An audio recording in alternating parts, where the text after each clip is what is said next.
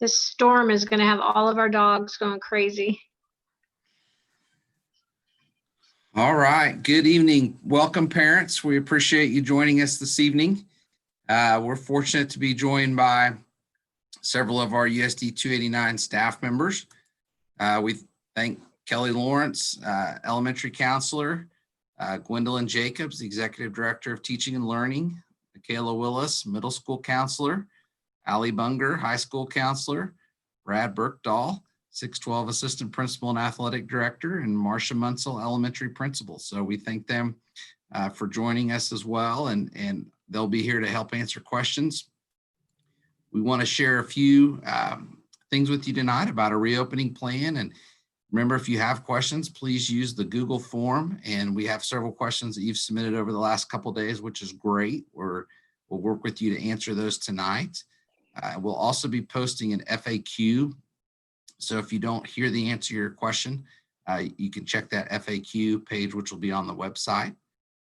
And you can also always call our district office. We're happy to discuss things with you and answer any questions that you have. So as I'm sure you all know, we've been dealing with COVID-19 since the spring, and it kind of came in a hurry and really halted our spring school year, and that created many challenges, but I'm very proud of our staff and the hard work they did in pivoting there, and also very appreciative of our parents and students and their support in that pivot to finish out the school year. At the same time, as we think about what this next year is going to look like, it's important to note that it will look a lot different than the spring.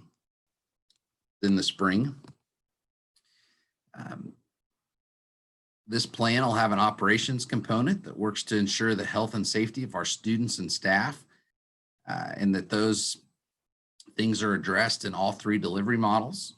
The reopening plan will have an increased rigor and an increased expectation for the measurement of student learning. While the delivery models may provide learning in a different location, the rigor and expectation and measurement of student learning should be at what a normal school level would be, the pre-COVID-19 time.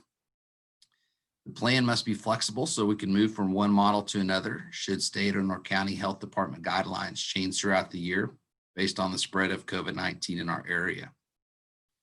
The plan will support students' mental health and social emotional needs, and the plan must include parent supports and guidance throughout the process, because we understand this looks a lot different through the parent lens than this time last year when we were starting school. There's just some, basic COVID-19 information pieces that we want to share with you. As you know, COVID-19 remains a pandemic across our country, state, and district. School buildings were closed in the spring to help flatten the curve so that hospitals were not overwhelmed with patients who had contracted COVID-19. But the reality of spread remains as likely today as it was in the spring. This will remain true until a vaccine or other treatment is developed. Reopening and closing models, both at the county and state level as well as the district level, rely on an increase or decrease in positive COVID-19 cases in the area. As numbers go down, things reopen. As numbers increase, things close down again. This is all done to manage the pandemic until a vaccine or treatment is developed. I think that we would all agree that having our students in school is a desired outcome. I know that our staff greatly misses our students. We miss seeing them in the hallways. We miss those in-person interactions. However, we must ensure that we do it in a way that mitigates the possible spread of COVID-19 to students and staff. The only way to truly and entirely prevent the spread is to isolate completely. And I think we'd all agree, though, that stakeholders in society, will not agree or be in support of total isolation. So the reality of the plan that we're developing is that we'll be finding the balance of mitigation, the safety piece versus participation that allows for that in-person and opportunity and extracurricular activities. So that mitigation versus participation that our stakeholders will support. While our plan will have many facets that mitigate the spread of COVID-19, the behavior of our students and staff outside of school will also impact the plan. It's important that we approach this in an educational manner and not one where blame or judgment is cast. School reopening or COVID-19 have become very political topics, and there's some strong opinions on both sides. We really appreciate the parent input that we've received through the parent surveys that were done in the first part of July to even these questions that we're receiving tonight. But we have to tell you, there's a real difference of opinion on some of these topics from parent perspectives, and all those opinions are very valid and very real. But in some cases, we have parents who desire not to have their students return to school or have great concerns about any in-person instruction or any extracurricular activity.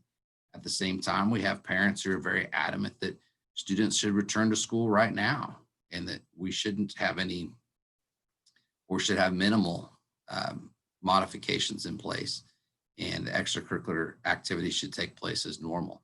Again, we understand and we support, or we appreciate, both those perspectives and all those perspectives in between. But the challenge for our district, as well as our Reopen Committee, was to build a plan that balances that mitigation that allows our students and staff to keep safe, but also with the participation piece as well. Unfortunately, COVID-19 will remain a challenge until a vaccine is found. And this is going to create some situations that can be uncomfortable. But we want to navigate these together as a team. And if we do it together and support one another and have some grace along the way, that we can be successful and have a great experience for both our students and staff.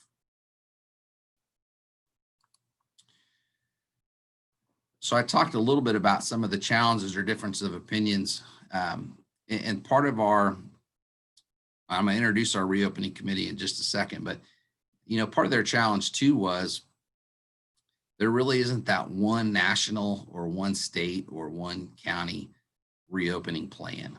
There's different guidance documents, and those are great, and we appreciate those. But even some of these, guidance documents are debated at the national, state, and county level, and there's been different opinions on their legal authority, what's best practice.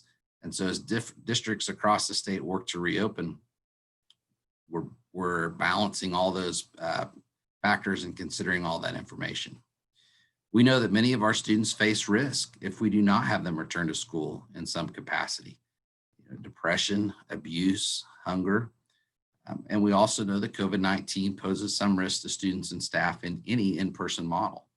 So we're really kind of forced to make a decision about, which of two bad situations do we want to pick? We certainly don't want students to stay at home and, face challenges with depression or abuse or hunger or some of those other things. And we certainly don't want to create a situation where we bring undue or unnecessary harm to our students or staff. So the committee's challenge is, again, we're working through those to create a situation that was allowed for participation, but also had some mitigation. For the past 2 weeks, these folks have been volunteering their time to have conversations, look at documents, look at guidance. And I'll share my screen here real quick so you can quickly see their names. But if you see them, please give them a shout. They worked, again, very hard to develop this document, and they were faced with tough decisions and tough challenges. And now that the document is in draft form, we're gaining feedback from different stakeholder groups. And then that plan will return to the Board of Education on Monday for final consideration.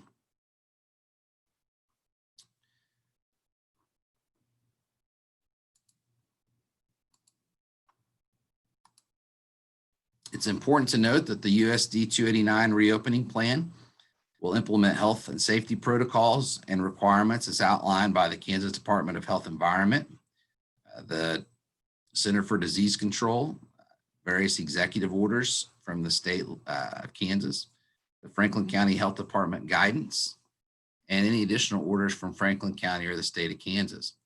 Now, sometimes these things may seem to contradict one another. And so if there is any situations of conflict, we'll certainly start with those most direct county orders or state orders, laws. In terms of the health department guidance, obviously our Franklin County Health Department has the closest read on our specific situation, followed by the state level, the Kansas Department of Health and Environment, and then the Center for Disease Control, which has issued some additional guidance. Based on our parent surveys, we had several parents that preferred a remote only learning option. And so we'll talk about that more here in a little bit, but that will be available to our families that desire it.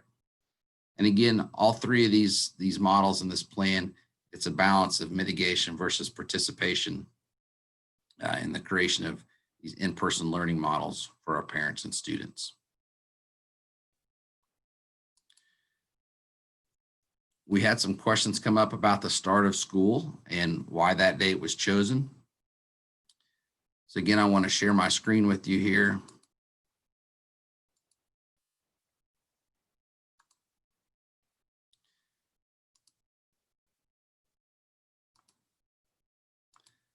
So there were several factors that went into that decision.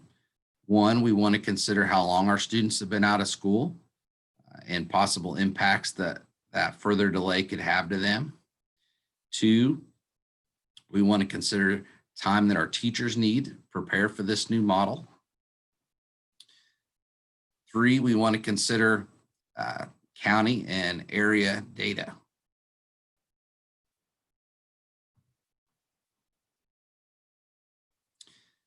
So the Kansas Department of Health and Environment has a page on their website that's specific to Reopen Kansas metrics.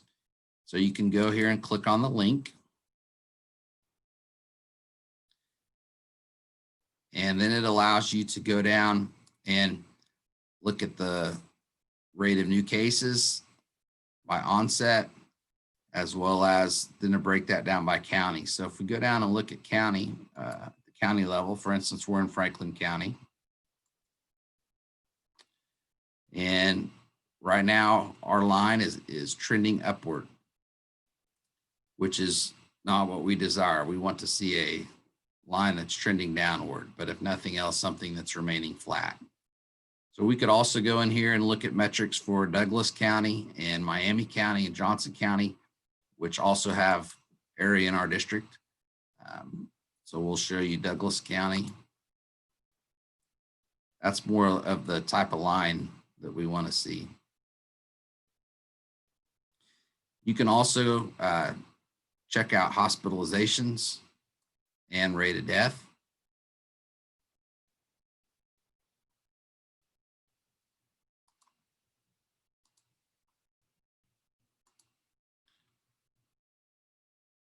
So pretty low number of hospitalizations, which is a positive piece. We also just don't want to look at Franklin County. We want to look at Wellsville in particular. So we'd have conversations with Franklin County Health Department officials to see what those numbers look like specifically in the Wellsville area. You know, we have a very small amount of land in our district from Johnson County, but we have many of our families that work in Johnson County. And so rate of cases there, you know, is a part of that consideration as well. So we take those different factors. We also looked at the start dates or potential start dates for our league and district and try to determine kind of that happy place or that sweet spot. Certainly we had, you know, people on both ends of the spectrum as we had these conversations with our stakeholder groups and got feedback from our reopening committee and our calendar committee. You know, we had people who would have preferred to start after Labor Day. We had people that preferred to start at our regular time and in between. So giving teachers the appropriate amount of time, making sure that our start date, that the current COVID data in our area wasn't going to be something that made that start date impossible or unsafe. And then we wanted to see what our area districts to make sure that we were in the ballpark with what they were doing.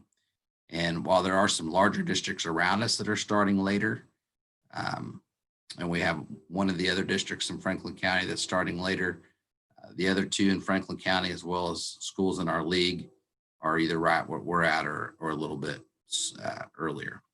So that's how that decision was arrived, and where we came up with that start date and the metrics that assisted in that process.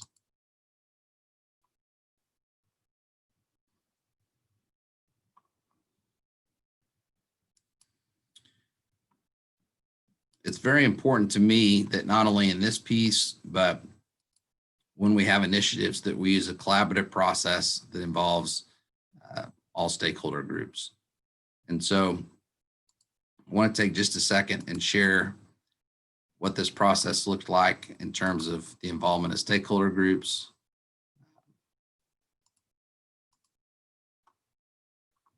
So you can see here, as we gained guidance documents from the Kansas Department of Education, Kansas Department of Health and Environment, and the Franklin County Health Department. Those were then shared with the reopening committee, and they broke up into subcommittees of operations, community partnerships, mental health, social, emotional, and we had a pre-K-5 and a 6-12 academic group. So they spent the past 2 weeks working on that and finalizing that into a draft plan. The board then took a look at that plan this past Monday, and it's been shared publicly since then. So now we're with directors, building leaders, they're drilling down into that plan on a more granular level. At the same time, stakeholders like tonight are having an opportunity to hear more information, provide feedback that will ultimately then go back to the Board of Education for final consideration and be shared with all staff following that.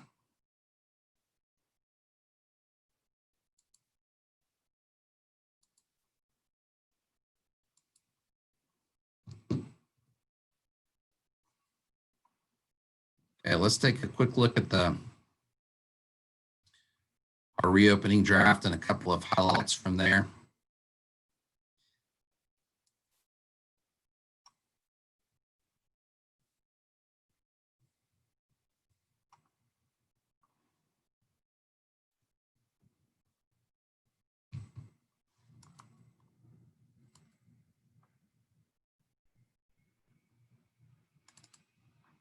We'll share this with you so that you can see it on your screen if you're not able to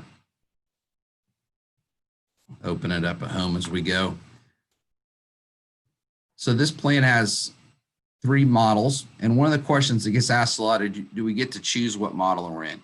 And the answer to that is no, the decision is based on metrics. And let me share just a couple of what those metrics are.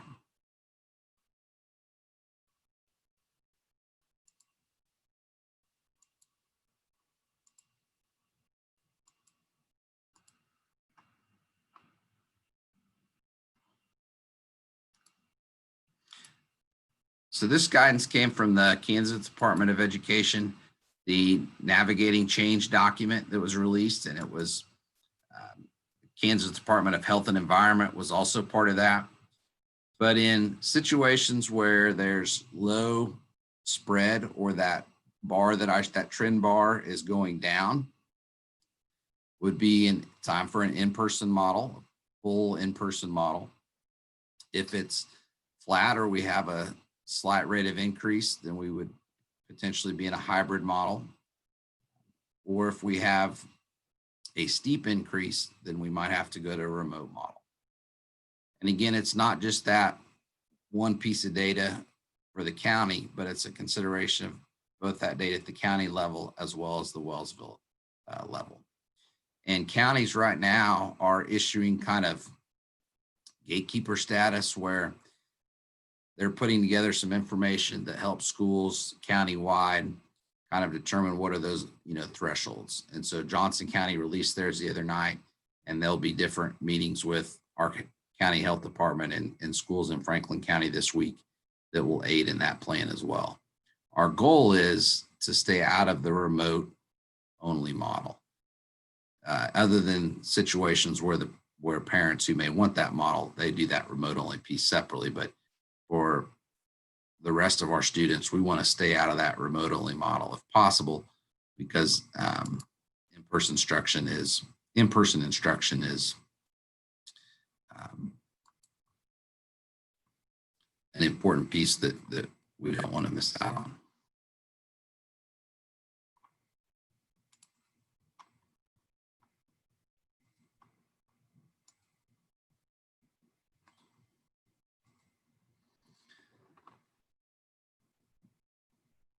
So back here at those three scenarios, and I'm going to have administrators from each building kind of walk you through what it's going to look like potentially in those buildings, but some things in general.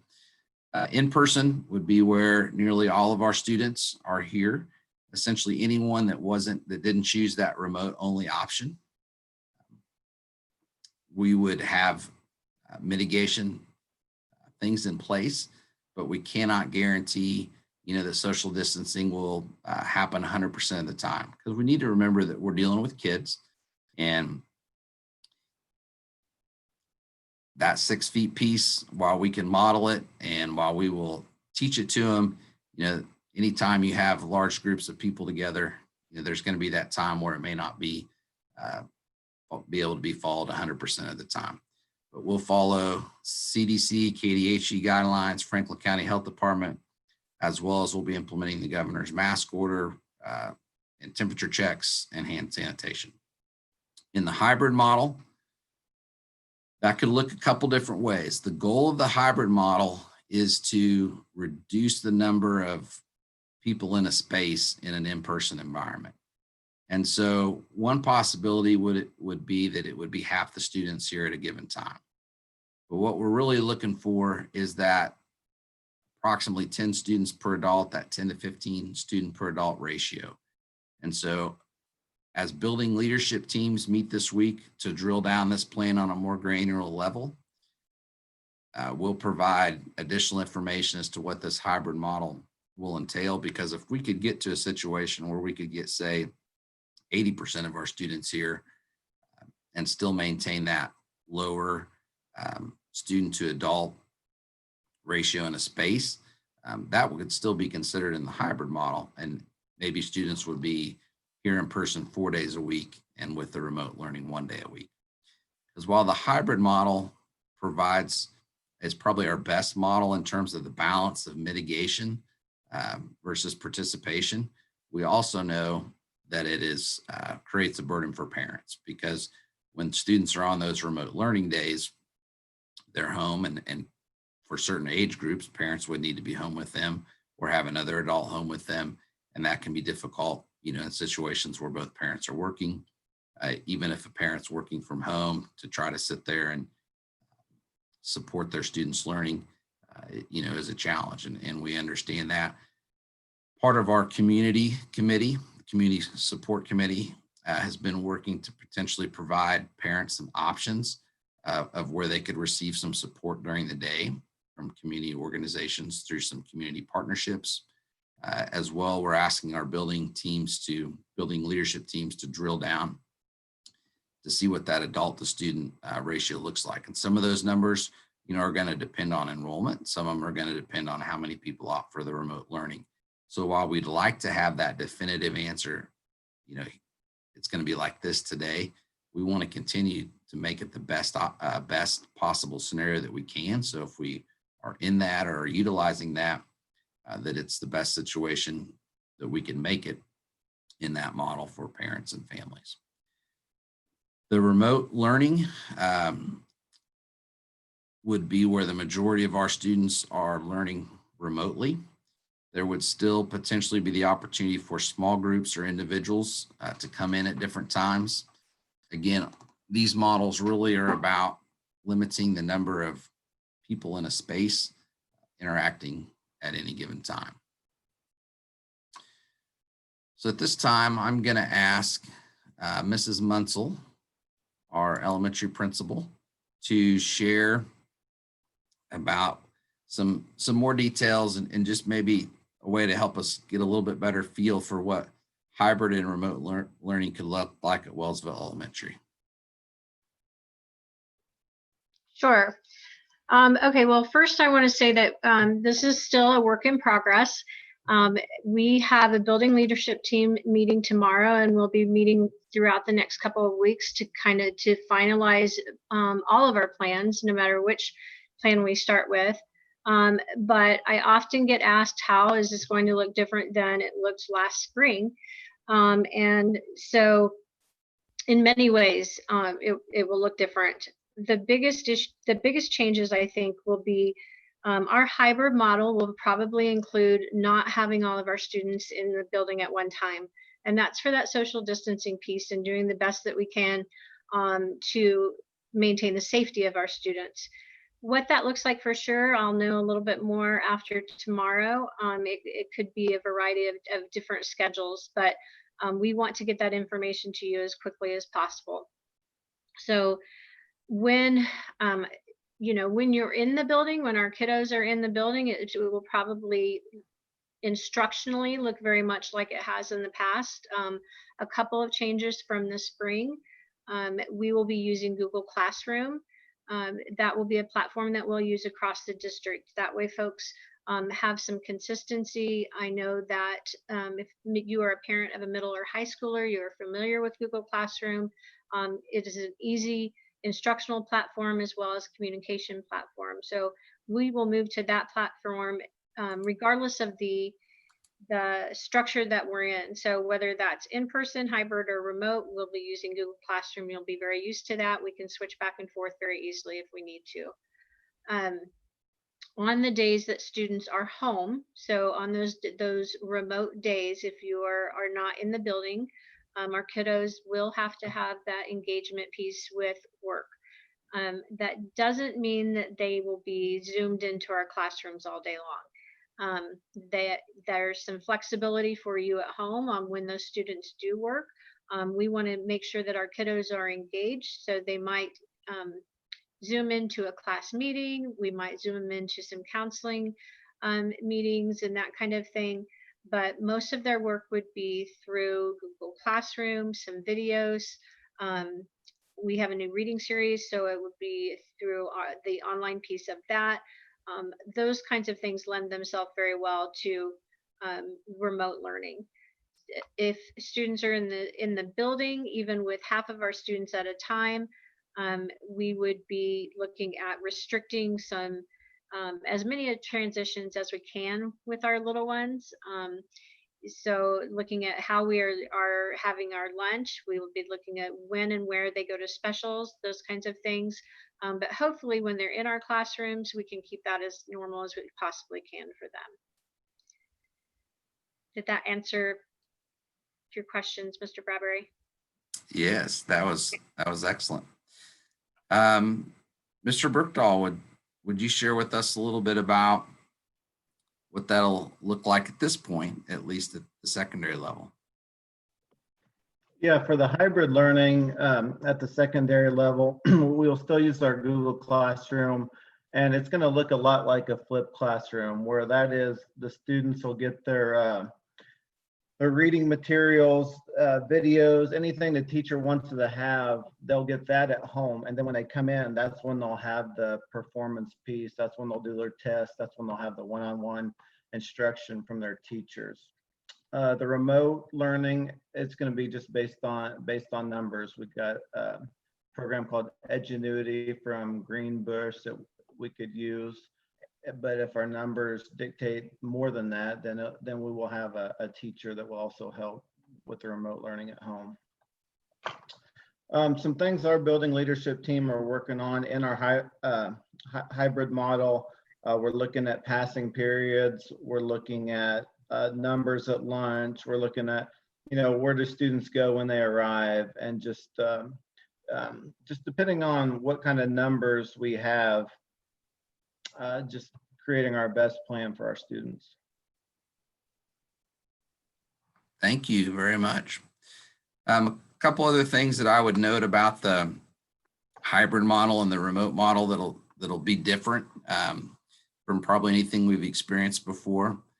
The Department of Education has asked all districts across the state for an accountability piece of how are students spending that time during remote learning. And so there'll be a daily log, and we hope to be able to fill the what, in that daily log for you, but parents and students, and it could be, another adult who the parent is authorized to sign off on that, but a parent or student will need to sign off on that on a daily basis. And it may be that they could sign off on all those at the end of the week. It may be that they choose to sign off on those on each day. We also know that, while the state has also indicated that all those remote learning options should have, 6 total hours of education during each day. Doesn't mean that it's 6 hours online. Doesn't mean that it's 6 hours of, test taking, but we know that 6 hours is going to look different for different students. And so that's going to be a little bit of a learning process. There may be days where it's 4, there may be days where it's 6.5, and the Department of Education is considering that and how to kind of help districts work through that. So we want to keep students engaged. We want to continue to provide enhancement opportunities for students who are learning a little concept more quickly. If students need additional help, we want to provide that. And we don't want them to be limited just by that 6-hour piece. So as districts move towards implementing that, there will be additional flexibility and guidance and understanding on what we can and can't do with that from the Department of Education. But those key principles of we still will provide enhancement activities for our students so that it's not something that, the teacher thought it was going to take them 6 hours. It only took them 1, and then they don't have anything else to do for the rest of the week. We as educators need to be making pivots and adjustments and providing enhancement opportunities for our students. At the same time, if they need additional time, we want to build those supports into that remote learning piece. So that daily accountability log will be something that is different, but we want to make it as painless as possible for parents and their families. But that will be a new thing for all of us to work through. Just some other key pieces that'll kind of help to answer some questions that come up. Transportation. So we'll be implementing the governor's mask order, which requires all students and staff, pre-K through 12, to wear a mask. So we'll be asking that those families do that. So when students get on the bus, they'll be spaced as far apart as possible. They'll have assigned seats. We'll load them front to back. If you have a sibling that's in your family, you can sit in the same seat with them. But other than that, at minimum, there'll be 1 student in each seat in each row. So trying to create that, either have a physical barrier or that 6-foot space in between. As also as students get on the bus, they'll have their temperature checked per the executive order. Now that temperature check could take place at school before they come in, but from a safety standpoint, it makes more sense to check it before they get on the bus. Let's say that they have a temperature when they get on the bus. We would not just tell that student to go back inside and leave. We would contact an adult, and if there wasn't an adult in the house, then we would have a staff member come out and be there until we could get that student connected with an adult. If it were an older student and we were able to reach a family member and have some communication, and they said it's fine if they go back inside, then that would be the case there. So those finalized protocols will be shared with the board on Monday, but essentially that's how that piece would work. But I do want to be very clear that if a student got on the bus and had a temperature, we would not just tell them to turn around and go back inside and drive away without notifying anyone. Much like if a student came to school and they're getting their temperature checked before they came in, if they had a temperature, then we would take them to a isolated location and begin contacting family to work through that process. We've had several questions about the number of health professionals, that'll be there. Right now, we have a USD 289 district nurse, and one of the items that will be before the board on Monday is the possibility of adding some additional health staff. So there's a we're looking at adding some additional nurses, a nurse's aide, or some additional adults that could assist with the health piece. Because we know is if a student were to test positive, and I'll go through that piece here in just a minute, but if a student were to test positive, part of our job as a district will be able to assist with some of that contact tracing. And so just having one health professional, that would be a lot for them to cover. So we're looking at some additional assistance that could be provided there. As both Mr. Bergdahl and Mrs. Munsell discussed, as students are in the building, we're looking at having students come in through assigned doors. Again, we're trying to limit the number of bodies in any one place. So, and it doesn't do us any good to check their temperature, but create massive lines and massive piles of students at doors waiting to have their temperature checked. So having them come in different locations can, again, help keep those numbers down, as well as help get their temperature checked. They have assigned areas when they go in the building. It won't always be a classroom. In some cases, it could be, but really places that we can ensure people are spaced out so that social distancing is occurring.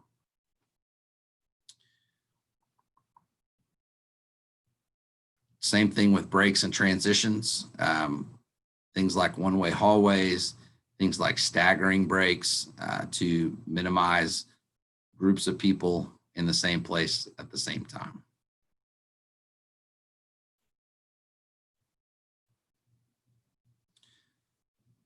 Okay, I'm going to take a peek up here at our questions that we haven't covered yet.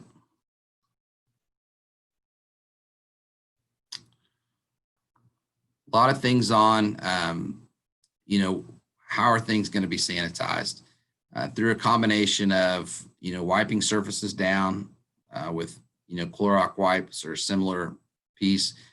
We have a spray, a misting spray that kills COVID, and then it's, approved for use with COVID, and it dries within a minute to 2 minutes. And so it's a great thing for, playground equipment to hit it more regularly, for restrooms more regularly, for even for classrooms in some situations when there's, a decent amount of time between when those students are in there, and maybe if they went out to recess or specials and then came back, that would be, it's pretty quick and very effective.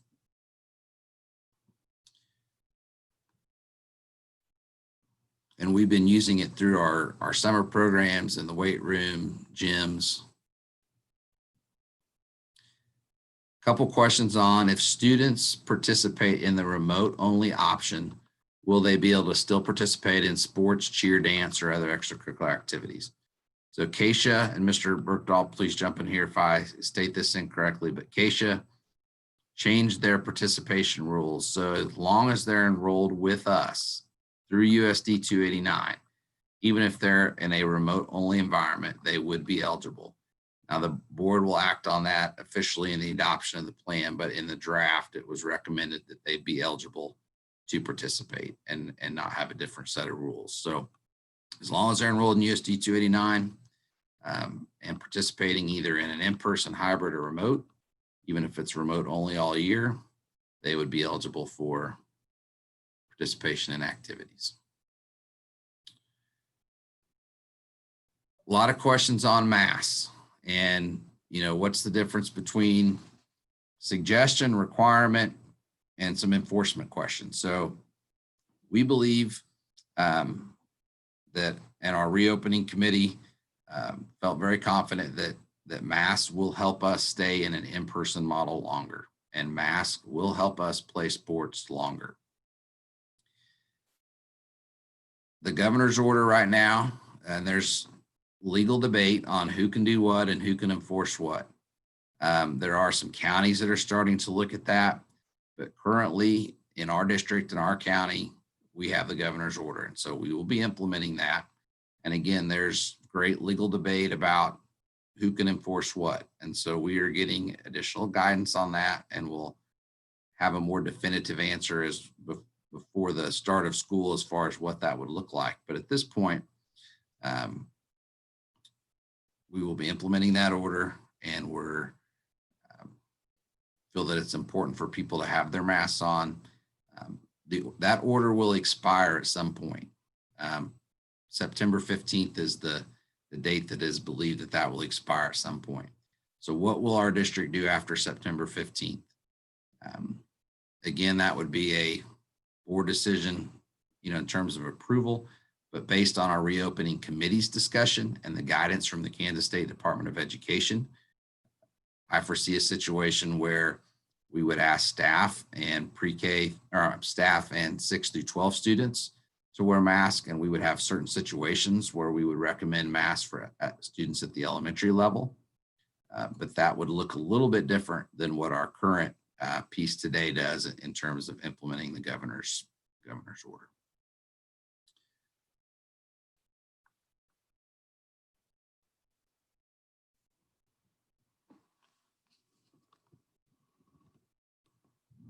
So let's talk a little bit about what happens if there's a positive test. And I'm going to share a document here.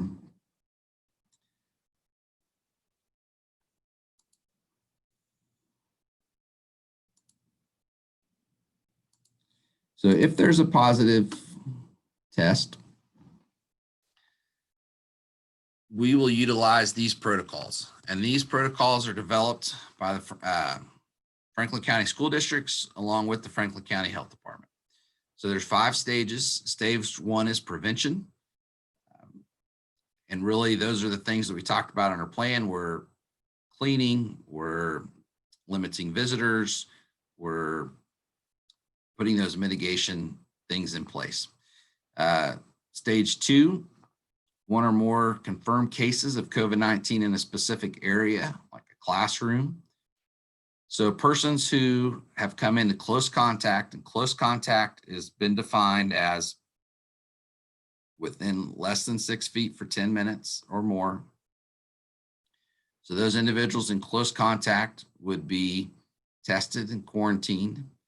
Currently, Franklin County's guidelines are they're quarantined for 14 days. The effective area would be closed for cleaning. And then a short-term closure of the facility could be necessary. That classroom, that playground, while the cleaning was taking place. In stage 3 is where it gets a little more serious. The modified operations, if confirmed cases reach 10%, then we could potentially see a short-term closure or short-term suspension of an activity, a classroom. In stage 4, if a building reaches 10%, we will see a short-term closure there of 2 days. And then in stage 5, if our district has 10% of positive cases, we would be closed for 2 weeks, and then remote learning and extracurricular activities would be canceled. So again, these are the protocols that all Franklin County schools will be following, and this will be done in conjunction with the Franklin County Health Department. So if you've never been contacted, in terms of, hey, you were around someone who's tested positive and you've been identified as a close contact, how that process works is the health department contacts you, you go in and get tested. It's through the health department. It is free. Most insurance providers have good coverage on that as well. But if you've been contacted as a close contact to someone who tested positive by a health department, that test is free. So go in and get tested. They'll typically quarantine you for 14 days. If you were close contact, that would be different if it was a voluntary test or you weren't a close contact.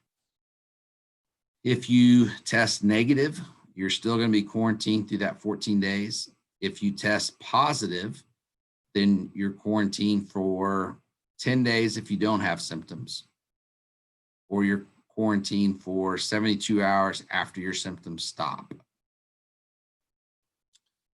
So in some cases, you could test negative and be quarantined for longer than if you have symptoms or test positive but don't have symptoms. I know that seems a little unusual, so that's why we wanted to kind of walk through that with you there. So one of the biggest factors, as far as us going to, what phase we're going to stay in all honesty, probably has to do with our staff and students that are quarantined, and in many cases, our staff. If we wind up with situations where, we have several students who test positive, or we have a student who tests positive but goes to multiple locations and is a close contact of several staff members, and those staff members are then quarantined, that could certainly cause us to have to, shift to a different model based on some availability of substitutes or what that, in-person learning would look like. Same thing if we had several classes of students, that were quarantined, they would be learning remotely. And so we'd be in a little bit of a hybrid model at that point. So again, that's why we want to do a great job in these mitigation factors and make good decisions when it comes to things like social distancing and wearing masks, so that we can remain in more of an in-person environment and remain participating in our extracurricular activities.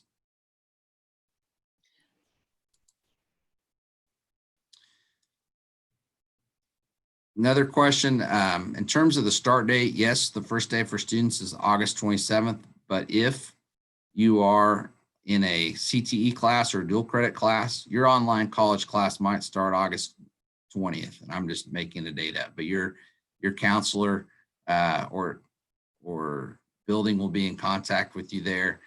You might be in a welding program and you might need transportation to that program, and that's going to start before August 27th. Transportation will still be provided, still be participating in that program. So those pieces are not affected in any way by the late start date. A lot of questions on what our athletic practice is going to look like. And Mr. Bergdahl is involved in meetings with league schools as well as CASHA officials, and we will be releasing additional guidance to parents and students on what that's going to look like soon. A lot of questions I know, am I going to have to wear a mask in the game? Am I going to have to wear a mask on the sideline? Or can I opt out of wearing a mask? So again, understandable questions, and we'll be issuing that once those decisions are finalized and reached, not only from the CASHA level, but then league and district as well.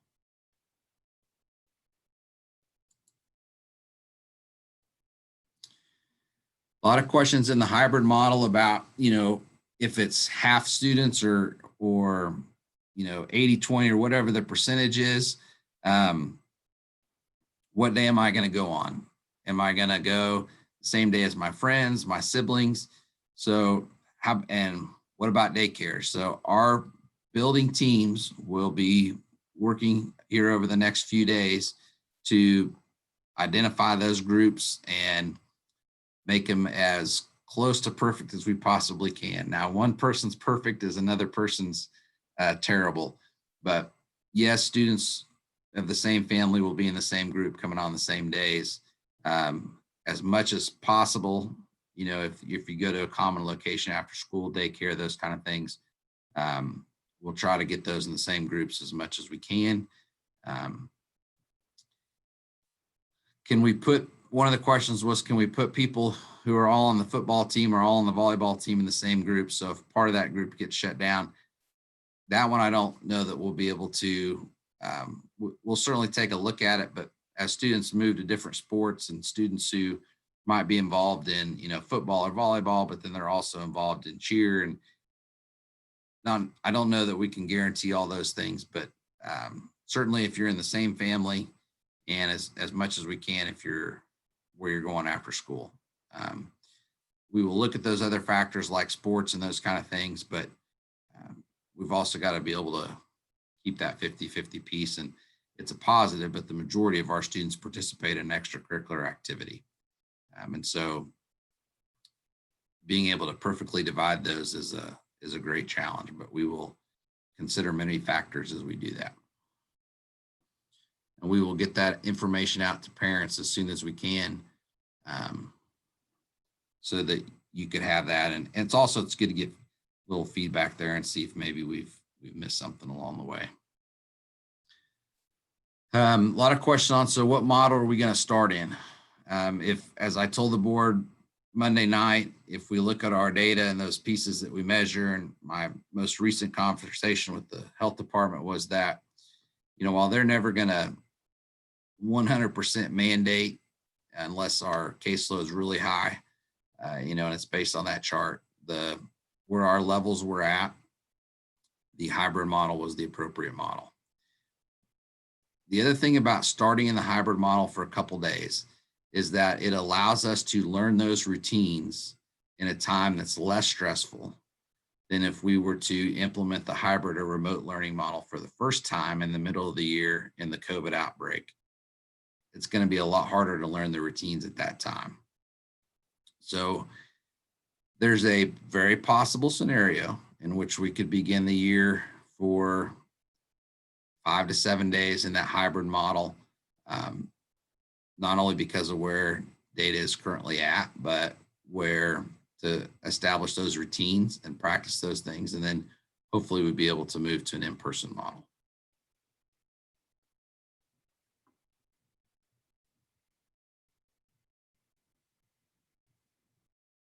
There were some questions about, can you jump back and forth between remote only learning?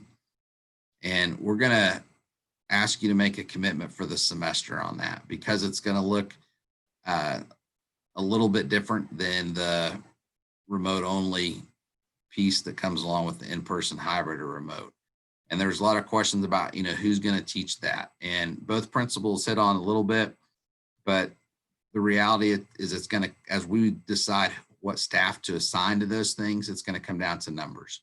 And so, if there were only 3 kids, 6 through 12, regardless of situation, it'll be teachers, that are assigned to do those things. But it could be a teacher's part of a virtual program. It could be a teacher associated with USD 289. So it could look a couple different ways, and it's going to, again, be dependent upon our numbers. At the elementary level, it'll certainly be a teacher associated with USD 289, but the how and the how many that we're going to need to do that will be dependent upon our numbers.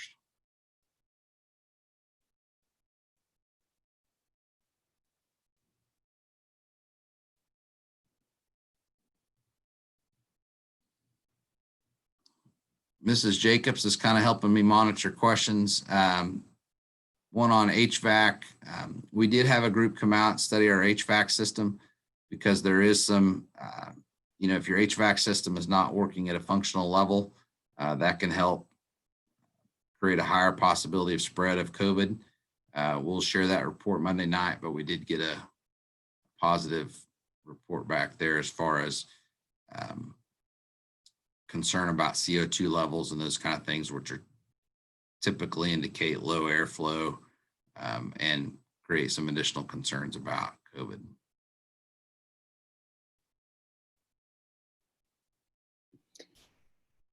Mr. Bradbury, I think there was a couple of questions parents were asking in regards to what would the process or procedure look like if students had a temperature or had a temperature check and then their temperature was high, but parents aren't home, things like that.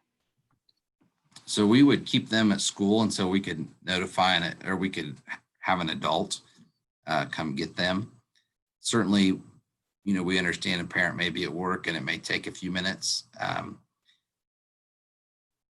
but we'll need parents, cooperation and support in that, in terms of finding an adult that could come home and get them. If it was a, older student, that might look a little different, than if it was a younger student. One of the things that our nurse and our staff will help us all be prepared for is, there's signs and symptoms of illnesses that look an awful lot like COVID that are not COVID. And so how do you separate those out and balance them? And it's going to probably feel like that the school's being a little more picky about a low-grade fever, or, if someone's having a little trouble breathing and their chest is congested, we're going to be pickier about that than we were in the past, in terms of asking parents to get that, checked out, or providing them support before we come back to school, because of the fact that those symptoms are very similar, if not identical, to what COVID can look like and the potential exposure that, results from that.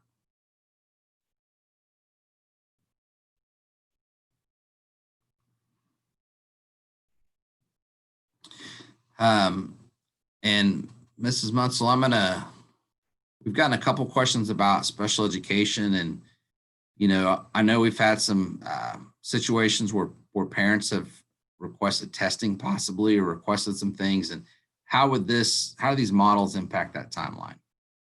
Sure. Well, first of all, if you see me looking to my left, it's because I'm watching the weather outside of my house. So if I disappear very quickly, it's because I'm running. But okay, so special education, two things regarding the testing question. If we have students who have been in a process in the past year where we are looking at as a building, whether maybe a student might need more support, or if we have a parent who requests testing, that's going to look the same as it does now, or it did under normal circumstances. The timeline is the same. If you request an evaluation, and once we get your consent, we have 60 school days. Remote days will count as in those days. I would be cautious as parents to allow us some time to get students back in the building, take a look at those fourth quarter standards that we need to put into our curriculum for this year, prior to just jumping into requests for special education. Everybody's kind of on the same playing field. So, everybody was out last year. We want to make sure that we are looking at students who really need that rather than just from a lack of exposure. So, but all of that looks fairly the same. Our special education students currently who have an IEP are students who might have a 504, or just students who have some kind of need that we are looking at individually. Those are the kiddos that we will look at as to how often they might come to school. So if you have a student with a special need, and we are in some sort of A/B model, for example, and those kiddos are coming 50% of the time, we might have some students who come to receive those special services on a different day, and so they would have an additional time. And those decisions are made as a team with the parent and the school, based on their IEP or their 504 or their student assistant plan.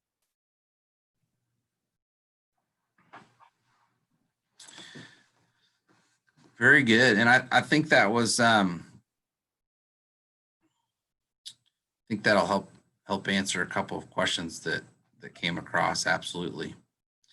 Some questions about dual credit classes. If they're online or they're offsite at a different site, then they've already been approved, they're a go. We have a couple that we need to figure out. And so we're going to work through those things, and by Monday or first part of next week, and those would be classes that would have started with us here in person. And so those are a couple things that those BLTs are drilling down on, and we'll get that taken care of on Monday. And we'll get that information out to you. Some questions about, can a student go from a, hybrid, so we start in hybrid, they feel, unsafe or anxious, can they go to remote only? We can't guarantee that, but we would certainly be willing to have that conversation. We want to make it as flexible as possible, but we have to be careful that we don't create a situation for ourselves where we can't provide equitable services to the student.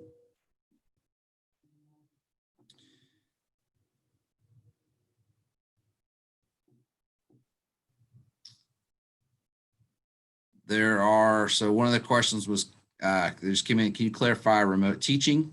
Are you saying that the student might not have a USD teacher teaching them during remote learning? So we have, depending on the request at the secondary level, we have some virtual options. that include and involve teachers that are outside USD 289. Our teachers would still be there to support you as part of that process. But that's where that came from. We've had that option that some of our students have utilized before, so it's not necessarily new to our students, but it might be new if you had not, heard about it or were not aware of it before. If that's something that you're considering, I would recommend calling Mr. Adams, Mr. Bergdahl, Mrs. Bunger, and having or you can call me, but they're going to be able to give you great information and great detail about specifically what that could look like. There were some questions about the 6 hours of learning online or learning in a remote environment. Maybe we can kind of address that component. So the expectation is, or the goal there is that each day in the remote model provides, 6 hours of learning for the student. I think as both principals noted, that would not be 6 hours in front of the screen per se, or 6 hours zooming into a classroom. And for some students, assignments 1, 2, and 3 might take 6.5 hours. For other students, they might take 3 hours. So that's a challenge that superintendents have been talking about with Department of Education officials, and those processes in the system are still coming out, and they're releasing additional guidance. And so we can clarify that a little bit, because we don't want to just pile on work to get to some arbitrary 6-hour mark. We want to provide extension opportunities and make sure students are having opportunities to learn and grow. And if they're moving through a topic quicker or with more ease, then yes, we want to have extension opportunities, but it needs to be, within reason and within the flow of the day. At the same time, it may take a student a little longer on a particular activity, and we don't need them to spend 12 hours on those set of assignments just because we needed to make it that set to get this other student over here to 6. So we will bring reasonableness and common sense to it. And we'll clarify the 6-hour piece as we get additional guidance, but I would expect it to be a little more. The point is, it's going to look substantially different than the spring did. There's going to be more rigorous activity. There's going to be more assignments. There's going to be more accountability with that. But the 6-hour is a guide that's been thrown out there. But like any good, new plan, once it gets implemented in the field, there's sometimes some kinks to get worked out, and that's one of those things we'll be working through together.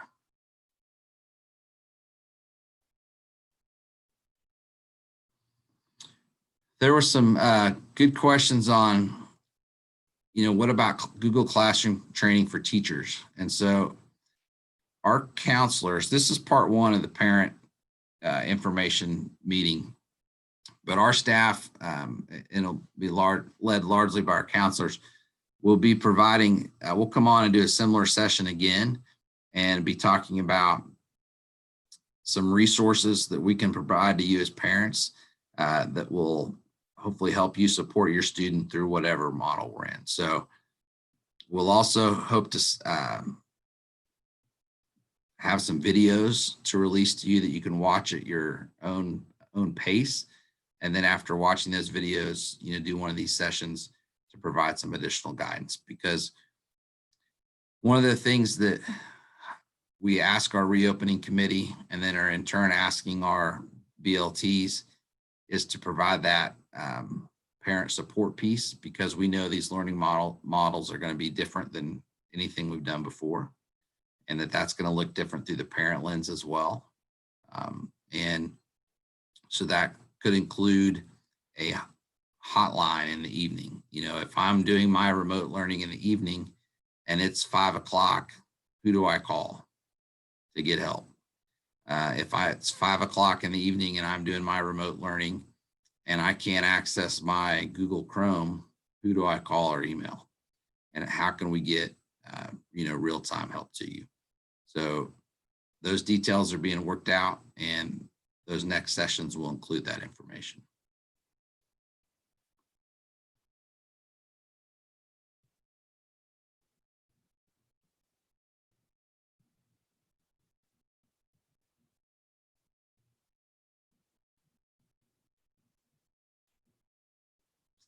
All right, we'll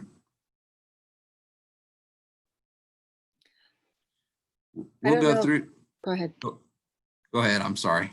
I just saw a couple of questions come through about if kids are if they have symptoms, or if they know people that have tested positive for COVID, or if they have a temperature, are they going to be requested to have a COVID test? Those that process. Sorry to interrupt. No, so a lot of, who will determine who needs a COVID test will be in relationship to a healthcare provider. So it's not necessarily something that the district will mandate, but we may ask for a doctor's note, signing that this is something other than COVID. Might be a cold, might be just a sneeze. It could be lots of different things, but it would not necessarily mean because you have a cough that you have to go get a COVID test by any means. Might just mean, they may tell you they being the healthcare provider may say we need you to wait, stay at home for a couple of days, or you may need to do but much like going to the doctor in any situation, based on what they tell you, then you might be released to come back to school, or you might have to do some additional things.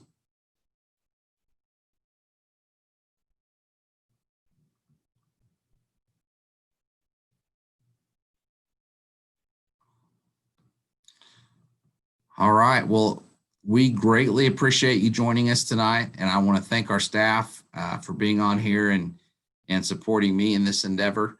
So we will be on again tomorrow night from 6:30 to 8:30. I'm sorry, we won't be on from 6:30 to 8:30. We'll be on at 6:30. We'll have this video tonight to share so that people can watch, and we'll try to hit on a couple, other questions or topics that may have come up between now and then. So again, this video will be posted on our webpage at some point here soon, so the parents can go back and watch it. But then also, as new questions come across, we'll hop on and answer those, as well as give an overview of the deal as well. One other thing, we will be releasing power packets next week, K through 11 in reading and math. And so if your student is, man, I'm ready, let's go. There'll be some hard copy stuff they can do, as well as some online stuff they can do. So both options will be available in these power packets. So those will be released for parents and families to utilize to kind of, again, gear them up.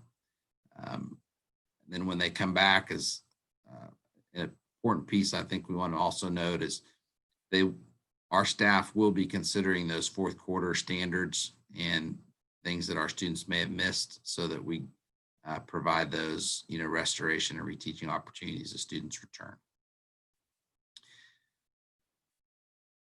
All right. Well, again, thank you so much for joining us tonight. Hopefully this was helpful. Again, we know there's different feelings on this deal. There's different feelings on masks. There's different feelings on what plan we need to be in. There's different feelings on start date. What I want to stress is we are open to your feedback. We appreciate your feedback. We hear your voice. If we go in a slightly different direction than your, opinion or voice was, we're not trying to ignore it. We're including stakeholder groups in that process. So this is a very collaborative process where stakeholder groups are represented. But as we kind of outlined in the beginning, in a sense, we are trying to balance, two potential problematic pieces of keeping students out of school creates hardships, but there's also some challenges with bringing students back in school. So, which one is better or worse? And so we're taking all those pieces of information, all that data, and try to create a plan that ensures mitigation as well as the opportunity for participation. So thank you again so much for joining us tonight. If I could ask our staff to stick around here for just a couple minutes. Again, thank you so much for joining us. Have a wonderful evening.